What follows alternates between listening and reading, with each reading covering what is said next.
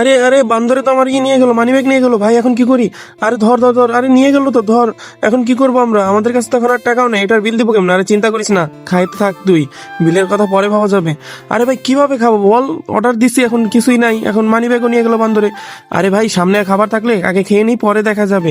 পরে কেমনে দিব বিল ওটা আমরা পরে দেখে নিবো, আগে খা তো চুপ করে। আরে ভাই তারা কিভাবে খাবি তুই?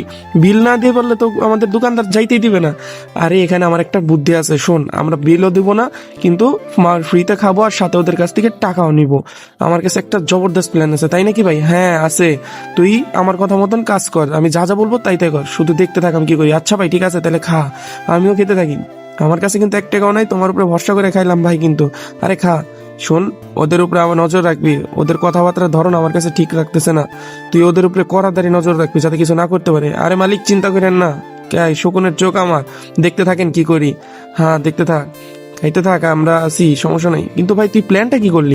বন্ধুরা পরবর্তী পার্টের জন্য পার্ট 2 লিখে কমেন্ট করো।